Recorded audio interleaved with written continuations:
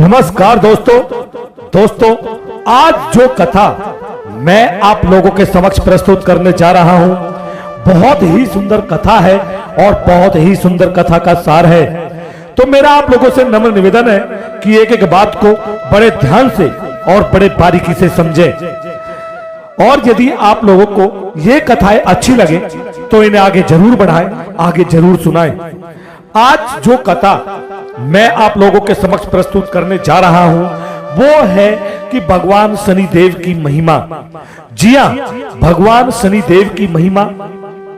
भगवान शनिदेव के प्रकोप से तो राजा महाराजा, देवतागण, ऋषिगण, मुनिगण अर्थात जितने भी संसार में जीव हैं, जो बुरे कर्म करता है उनके प्रकोप से कोई भी नहीं बचता है, क्योंकि भगवान शनिदेव को न्याय के देवता कहा जाता है।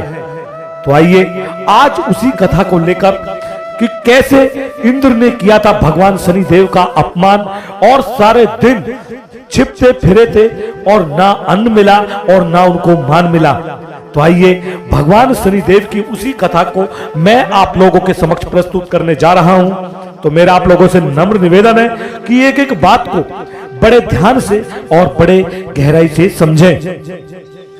एक बार स्वर्ग लोक में नारद देवताओं के प्रभाव की चर्चा कर रहे थे। देवराज इंद्र अपने सामने दूसरे की महिमा का बखान सुनकर चिढ़ गए और नारद जी से बोले कि आप मेरे सामने दूसरे देवों का बखान कर कहीं मेरा अपमान तो नहीं करना चाहते। परंतु नारद तो नारद है, किसी को अगर मिर्ची लगे तो वह उसमें छौका भी लगा दे।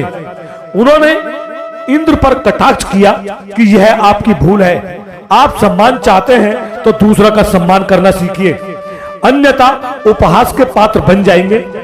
अब इंद्र इस बात से चिढ़ गए कि मैं राजा बनाया गया हूं तो दूसरे देवों को मेरे सामने झुकना ही पड़ेगा, मेरा प्रभाव दूसरों से अधिक है, मैं वर्षा का स्वामी हूं, जब पानी नहीं होगा तो धरती पर अकाल पड़ जाएगा, देवता भी इसके प्रभाव से अछूते कहां रहेंगे।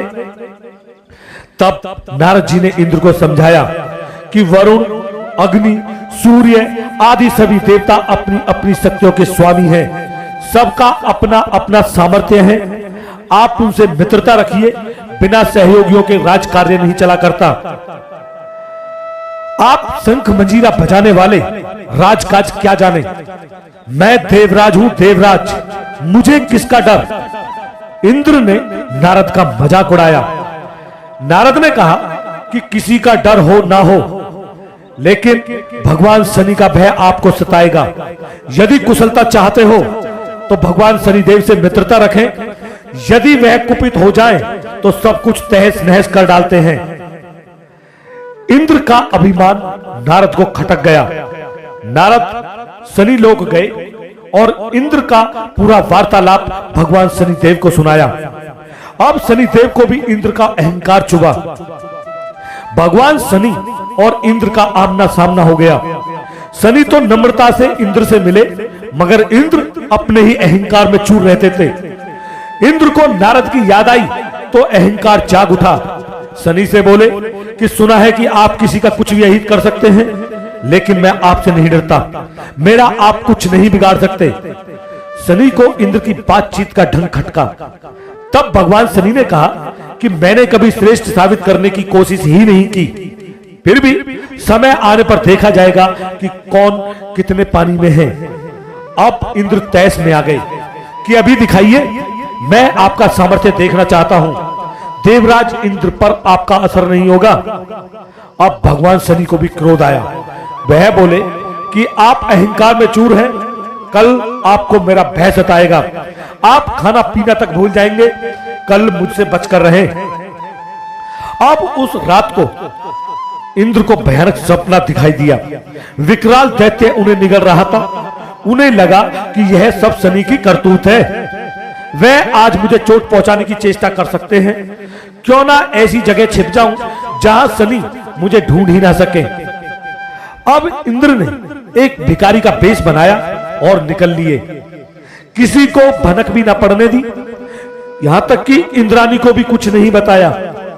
अब इंद्र को शंका भी होने लगी कि उनसे नाराज रहने वाले देवता कहीं शनि की सहायता न करने लगे। वे तरह तरह के विचारों से बेचैन रहे। शनि की पकड़ से बचने का ऐसा फितूर सवार हुआ कि इंद्र एक पेड़ की कोटर में जा छिपे। लेकिन शनि तो इंद्र को खोजने निकले ही नहीं, उन्होंने इंद्र पर केवल अपनी छाया भर डाल दी। कुछ किए बिना ही इंद्र बेचैन रहे, खाने पीने की सुध न रही। रात हुई तब इंद्र कोटर से निकले। अब इंद्र खुश हो रहे थे कि उन्होंने शनिदेव को चकमा दे दिया। अगली सुबह उनका सामना शनिदेव से हो गया। अब भगवान शनि अर्थपूर्ण मुद्रा में मुस्कुराए। इंद्र बोले कि कल का पूरा समय निकल गया और आप मेरा बाल विवाह का नहीं कर सके। अब तो कोई संदेह नहीं है कि मेरी शक्ति आपसे अधिक है। नारद जैसे लोगों ने बेवजह आपको सर चढ़ाकर रखा है। तब भगवान शनि ठठाकर हंसे। मैंने कहा था कि कल आप खाना पीना भूल जाएंगे, वही हुआ। मेरे भय से बिना खाए पिए पेड़ की कोटर में छिपना पड़ा। यह मेरी छाया का प्रभाव था जो मैंने आप पर डाली थी। जब मेरी छाया ने ही इतना भय दिया और यदि मैं प्रत्यक्ष कुपित हो जाऊं तो क्या होगा। अब इंद्र का गर्भ चूर चूर हो गया। तब उन्होंने भगवान शनिदेव से क्षमा मांगी। तो प्रिय भक्तजनों, यह है भगवान शनिदेव की महिमा का रहस्य, भगवान शनिदेव की कथा। तो मैं आप लोगों से एक निवेदन यह भी करना चाहता हूं कि आप भगवान शनि को माने। यदि आप भगवान शनिदेव की पूजा पाठ करेंगे, उनको शनिवार में तेल चढ़ाएंगे, उनका पूजा अभिषेक करेंगे, तो आपको कभी भी शनि दृष्टि नहीं सताएगी।